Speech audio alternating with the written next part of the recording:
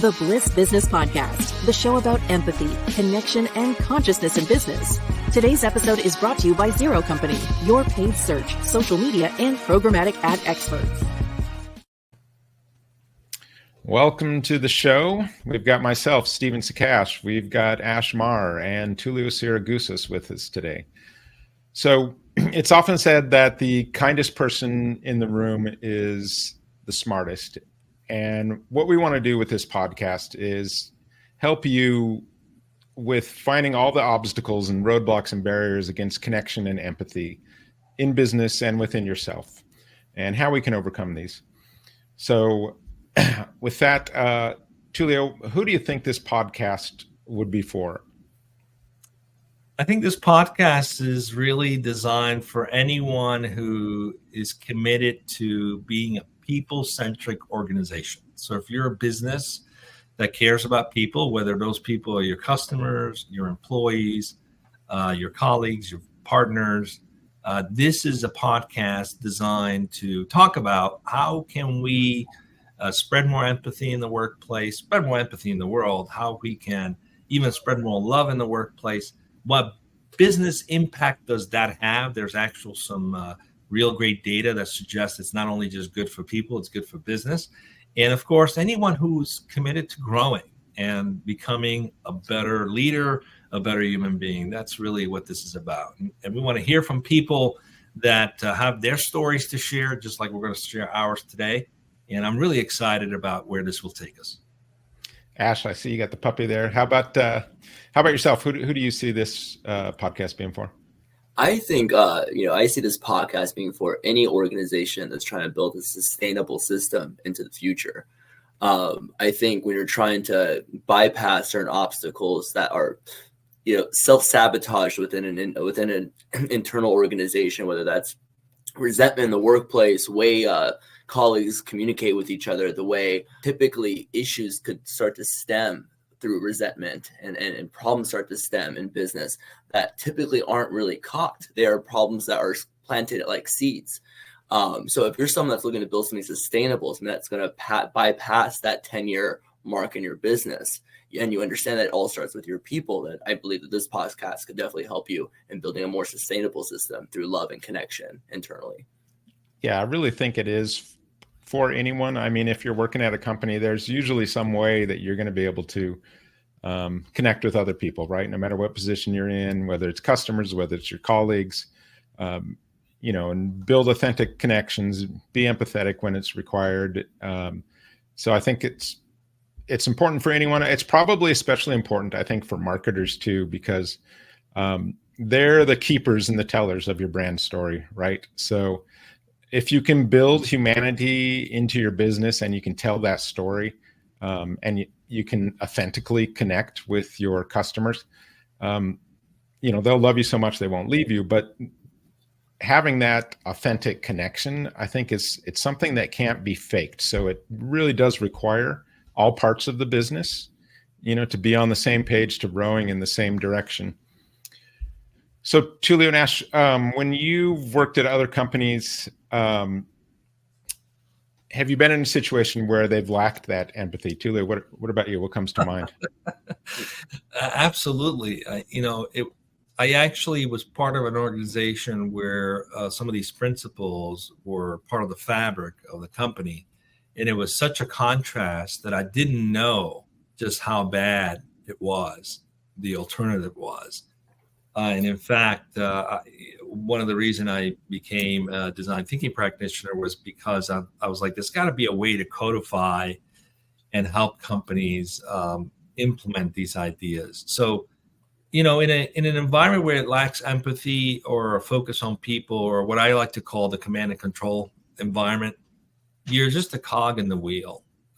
And sometimes, you don't have a say on which way the wheel is going, how fast it's moving. All you can do is hang on. And sometimes you fall off and no one's there to pick you up. And so it feels very lonely, very stressful, very frustrating. And it's not like that just for all the employees, even the executives. experienced that. I remember as an executive in command and control companies, you just feel like you're constantly having to be switched on. And you end up having this duplicitous sort of way of being where, at the office, you wear one mask, which is the business guy, and at home, you get to be loving and kind to your family. And those two are separated. And so it's exhausting, to say the least.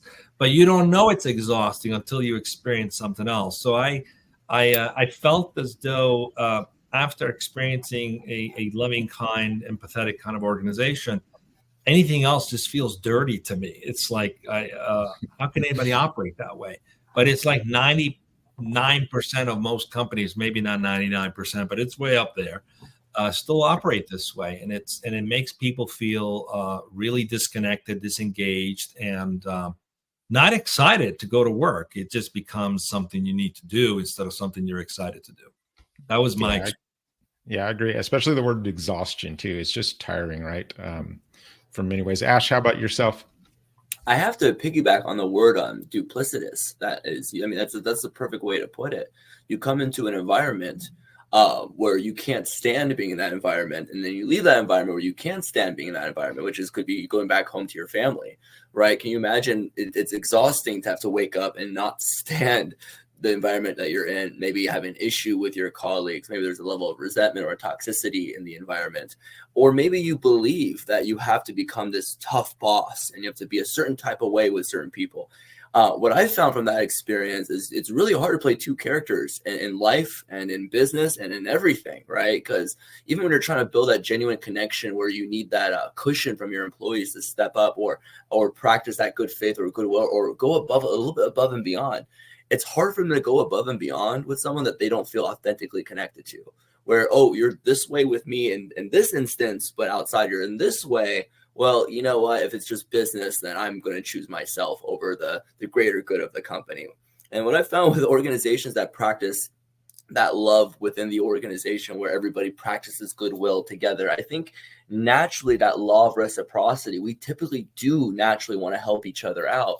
And we want to help good people out. I think it's all in our nature to want to be able to connect and help and create value. And when there's environments that encourage that, I think you get your best work, but also you actually enjoy showing up to work. And I think that's a big, big part of it. The enjoyment of work allows you to enter the flow states. Those flow states allow you to put out your best. So I think that's how it all kind of plays together. And trying to be two different people in an organization just leads to bad blood, and typically bad business, bad connections with customers and everything and such. So that's just from my experience, what I've seen. So Tullio, when you're in one of those situations, what are kind of some of the things that come to mind for you as far as how you can get over it or how you can make a difference in a company like that? Well, it really comes down to, this is something I spend a lot of time with, me and some other crazies. We decided there's got to be a better way to run companies, and we have to educate companies on how they can do that better. And so we started this movement almost 6 years ago called radicalpurpose.org. And there are 4 things that often lack inside of an organization that has highly disengaged employees. And these happen to be the 4 things we all crave. One is a desire to belong to something greater than ourselves. We all have that. And it's why, movements, religion, politics, whatever is such a big following. People need to belong to something greater than themselves. 2 is the desire to have meaning behind what we're doing. If it has no meaning, it doesn't sustain our energy. It doesn't sustain our excitement long enough. 3 is really the ability to make an impact. We all desire to make an impact one way or the other. And finally, the desire to be becoming. So to become greater than what you are, right? So if you're in a company that all they care about is production, it's hard to figure out, do I belong to something greater? No, I'm just focused on my thing. It's part of a greater picture. Okay, does it have meaning? Not really. I'm just judged on this. I'm not part of a team effort. and my impact is limited to what I got hired to do, which is limiting me as a human being. I'm multidimensional. I can do so much more. And also I don't get to be becoming because I'm just playing in my lane. Right. So it's a very, it's not an exciting way to be. And you don't know this is happening for years until you experience otherwise. So if you are an employee of a company that operates this way, there's things you can do. You can create your own tribe, get a community of like-minded other employees and find meaning behind what you're doing. Maybe you guys can agree to volunteer somewhere, grow together. You don't have to wait for the bosses, quote unquote, to decide for you to create meaning, to create greater purpose, to be able to make an impact and to be becoming. You can organize this amongst yourselves. And one of the things that I've advised, even organizations that are very command and control structured, is find a division or a department where they can operate that way, or a group of people that want to operate that way. And you can do that very effectively. I know GE, for example, while a traditional corporate environment, they had one of their division that was operating as a World Blue. World Blue is one of the certification of these systems like Sociocracy, Teal, or Morningstar. These are all self-management systems, right? And they had a division that adopted it. So it's not like the entire company has to do it. And sometimes it's just a group of people that decide, we're going to give meaning to what we're doing. We're going to get together and do something meaningful. So you don't have to be completely feeling like a victim in an environment where you're not controlling the speed of the wheel or where the wheel is going. You are a cog, but you can get the few cogs of you together and maybe create something that's more meaningful and gives a sense of feeling better about going to work every day. It's a lot of work to do it that way, but what's the alternative? Just feeling like a cog. Yeah, and I think you can start like small too, just connecting with other people. That's just such a simple thing, right? Where you don't, even beyond the company's goals and all that stuff, just connecting with your colleagues, connecting more authentically with your customers. It doesn't matter what you're doing in those situations. That's just like, it's such a little thing. For our company, we struggled, for a while. It's like, how can we build all this into what we're doing? So we came up with this sort of concept, which was build love into scalable systems. So it's this Bliss concept that we use. And what that allows us is to sort of have this North Star. We didn't know exactly where we were going, on this journey, right? We were like, how are we going to get there to be this company that we want to be? But it allowed us to layer little bit by little bit different elements into our company that made us a more loving company. And so anytime there's any sort of issue or something, it's something we just always fall back on, right? We're just going to always have that there. Okay, well, what's the loving thing to do here? If you don't know the answer, that's always a great place to start. That's fantastic. So tell us a little bit about where did this come from? This desire to bliss, build love into scalable system. It had to have origin somewhere. What planted that seed with you? Yeah. So when I was young, I was studying consciousness a lot, trying to figure things out in the world. And so consciousness, it follows this path, right? As you're able to take on more perspectives and become more empathetic, your compassion grows and your consciousness grows. And we all do this. All cultures do this. It's just this same sort of path. And so, I kind of realized that doing the loving thing will always be that higher ground, right? And so I was talking to my grandfather one day, and he said to me, he goes, no matter what you do in life, always do it with love. And I was like, hey, yeah, I could study consciousness a lot, but I can take this, this man who's got 80 years of life experience and who I know is just the most happy, contented person in his life right now. And he's gone through ups and downs and stuff. He wasn't always that way, but, he was just at this stage in his life, he quit what he used to be doing. Now he's doing what he wants to do, and he's doing it with purpose and with love. And you could see that just, radiating from him. And so I was like, yeah, I just knew, right? I could study all the consciousness I want, but I just knew, seeing it from him and him saying that. So that was sort of the idea. And it, for us as a company, where it really came to manifest itself is we started to grow. And when you're growing, this is really where culture can get stretched. And for me, as a leader, it's like, oh, well, I've got to let go of the reins of a lot of stuff. How's it going to go? I don't want it to careen off course or anything. It was like, how can we keep some sort of North Star to the culture as we grow? So that was the first part of it. And the other part is that we're really, as you grow, the next step in your growth beyond that scaling is systemizing, right? And so if you've got a bad culture, you don't want to systemize a bad culture. It's just, it's just going to create bigger and bigger problems for you. So build love into scalable systems. This really hits kind of on those two elements of scale and systemizing. And it allowed us to keep that North Star as we were growing and figure it out along the way, which is, I think, really important, is figuring out along the way, because you want it to be organic. Stuff's not going to stick always, right? You're going to try things and it's not going to work. You're going to try other things, and those, will stick and it'll be more authentic. So that's kind of the genesis of that. And, like I said, there's 1,000 parts to that afterward that we've just built into this, in our culture. And I do think it resonates.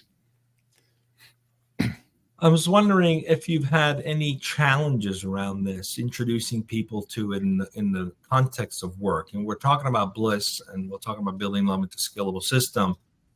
We should also talk about what is the business impact, what is the business benefit of this, because it's not just about the people. There's definitely some data that suggests this is actually good for business.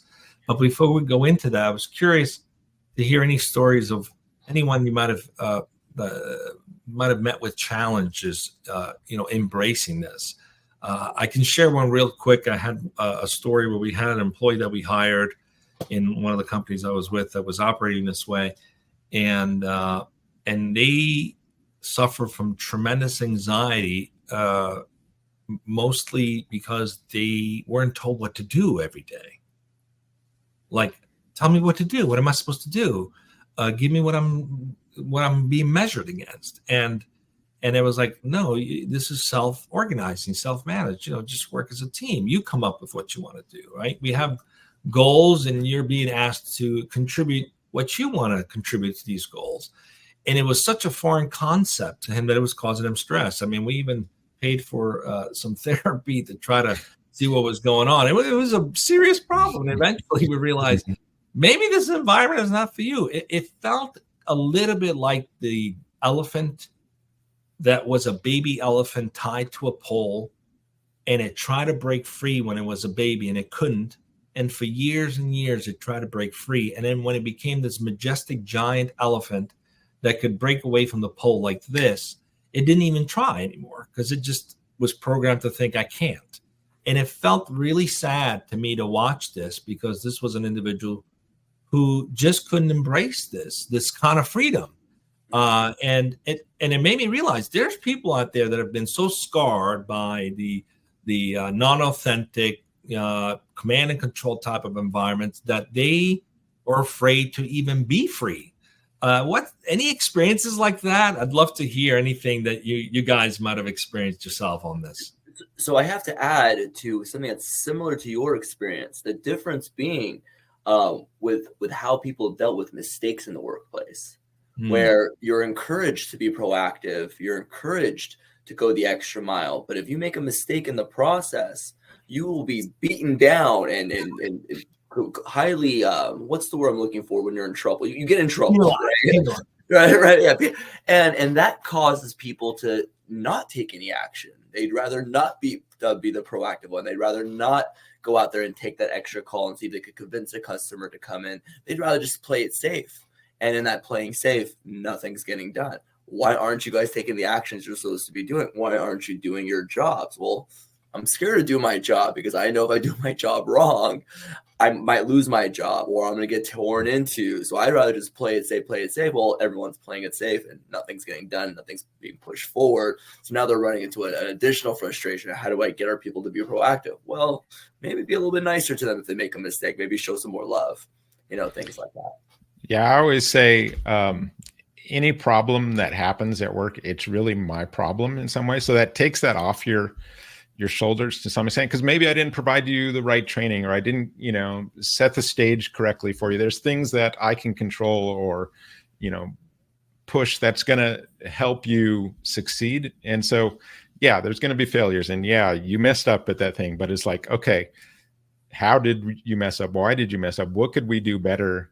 And especially from leadership, what can we do better on our end so that, the guide rails are there. And it's particularly important with like that bliss concept too, of if we're going to be this empathetic ad agency, we've got to live that. We've got to be authentic with it. You can't just, have someone just suddenly go off the rails. I've never seen that happen at our work either, where someone just loses it. Because I think there's that, it's just that North Star hanging over them, right? They're just like, okay, take a deep breath. All right, let's see. How can I kind of connect with this person? So yeah, I think, it's a different mindset, and maybe it's difficult for people. But I do truly think that this is really what people want. A lot of times they do want that connection. It just makes your day so much better. It makes your life so much better. And different cultures have different things where they're pursuing this. We're all sort of pursuing this, right?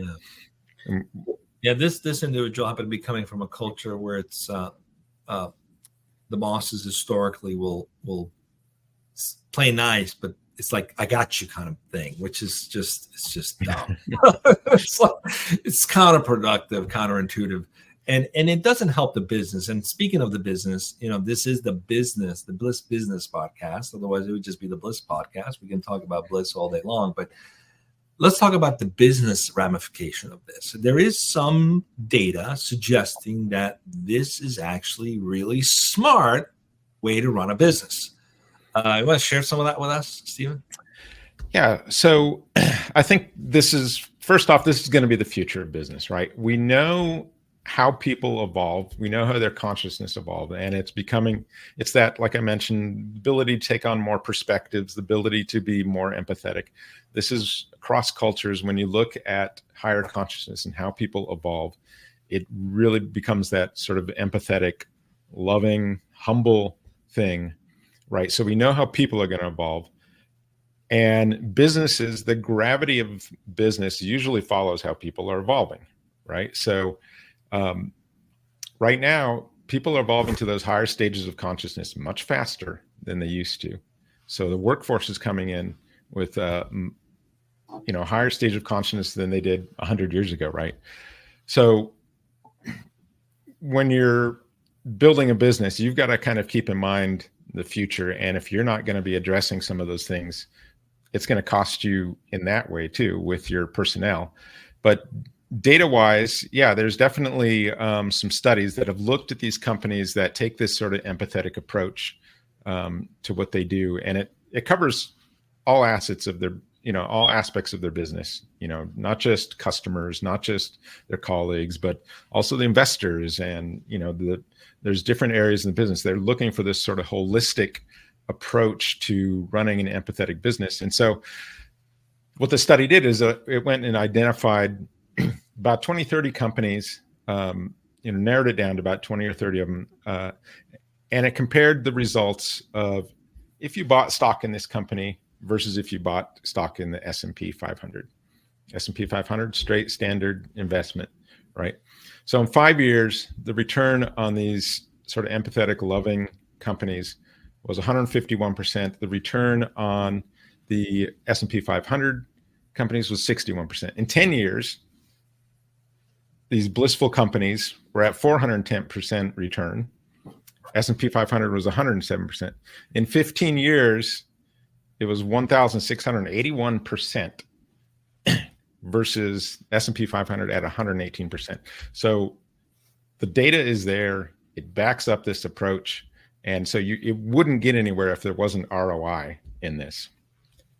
I have to piggyback off of That's that. like 10x. That's true 10x. People talk about 10x in your business. This is the way to do it. Go ahead, Ash. Yeah, and just to piggyback off of that, I think one of the things I was going to mention before we transition to this question regarding, what are some of the holdups that happen in an organization is that most people are really revenue focused. So you have an organization where they're very sales and numbers focused, hard numbers, hard revenue. How does this benefit us in the short term? And they're really short term thinking, right? How does this make us money? And it was interesting. There's a company called Lorien Home Health. It's a company my mother happens to work for, and she happens to be one of the top producers in that company. But more in the recent months, she had reached out to me and she had mentioned, it's been a lot tougher. We recently lost our relationships with the hospitals, and the way my mother, I'll get into how she gained those relationships, which actually ties everything together. But one of her biggest frustrations was that we really need to hit our numbers, and it almost now comes off as a little bit desperate because we're going in there pushing really hard, and it seems to have created more of a toxic environment. People are afraid that they're going to be losing their jobs. People are cutthroat. So we're not really accomplishing our revenue goals because everyone's trying to take money from each other or try to work against each other. So my question to my mother was, well, tell me this, when you were doing your best and you were getting those best numbers and you had made those relationships with the hospitals, what about your job did you enjoy the most, and why do you even do the job that you do? And she said, Ash, really, I really enjoyed helping people. So early on, that's all I really wanted to do was help people. So my mom, she had a light bulb moment that the reason why she gained the relationships with the hospitals at the time was because she was out there helping individuals and doing more than her job actually described, which was she was showing love in the workplace. She was showing love internally. She was showing love externally. She built the right relationships. Next thing you know, she's getting all of the hospital referrals. So all of this started to happen. So I said, hey, Mom, why don't you try this? Instead of worrying about your numbers at the end of the month, why don't you practice this experiment? And mind you, she's now in the middle of this experiment. So I would love to hear the result and maybe even get her on the podcast as a result of this. But I said, why don't you ask yourself, how many people did you help today? Even if it's opening a door for someone, it's getting on a phone call, talking to a family, helping them through their tough experience that they're having with their loved ones, trying to get them home health. Make those metrics important to you. And then at the very end, ask yourself, how many referrals did you end up getting at the end of the month? So go after a love goal and see how that results in a financial goal at the very end. It was like a light bulb moment for her. She was like, oh my gosh. Yeah. And it was almost the pressure came off her chest because she actually was like, oh, wait, this makes sense to me because this is what I was actually doing when I had nothing. I just chose love because that's all I had to work with. And it fades away when you get caught up in the numbers. So she had to be reminded of that. And I think that was a speech she took into her workplace that week. And I haven't talked to her yet, but I could tell you that just having spoken to her recently, just in general, she seems a lot happier. And I'm really excited to hear the result of that. So yeah, I think there's a benefit and even in a financial side of things when we really do practice love outside and inside. It's a great story, Ash. I think to myself too, when I'm designing something or building something, I've lately now started working in two currencies. It's the, financial currency, but then I also go over the currency of love and how I can work within that environment too. And I think right now, most companies, they're just thinking, strictly on one aspect. It's like, hey, shareholders, here's how we're doing, right? And their KPIs are all related. That they don't have KPIs in those other areas that at least most companies, the ones that are really successful that we talked about, that have that huge return on investment, the 1,681%, those ones have looked in all parts of their business on how we can just make this more authentic, caring, compassionate business. So I know we've talked a lot today. We're going to jump into some next episodes here that are going to cover different aspects of these parts of your business. The first one we're going to tackle is resentment in the workplace, which is a tough one. And, from a leadership standpoint, there's a lot of things that you can do or mess up that'll cause resentment in the workplace. And you got a lot of things going on in your mind, I know, and you're pulled in a lot of directions. And, if you have broken promises or things like that, you're going to get yourself into trouble. The other topic we're going to get into is small talk. I get it. It's got its purpose, right? We all need it, but it's like the doormat to a deeper conversation. It's not where you want to be. When I'm talking on a Zoom call and I've got a couple minutes while everyone's joining in, I don't want to use those couple minutes to be an expert on the 5-day weather forecast that's coming up across the country, and totally know every little detail on that. That's not going to get anywhere. So we want to help you connect on a deeper level and, move past that small talk. So these are the topics that we're coming up with next. And then if you tune in, we'd love you to join the conversation. Yes. In fact, if you want to be a guest on the show, just go to the blisspodcast.com and click on contact us. We'd love to speak with those who have implemented some of these principles in their workplace, those who are undergoing some of this transformation. We want to hear from you. We want to learn from you. We want to share your stories, and hopefully we can all rise together from the experience. Thanks for joining us today on the Bliss Business Podcast, and we'll see you again next week, same time, same channel.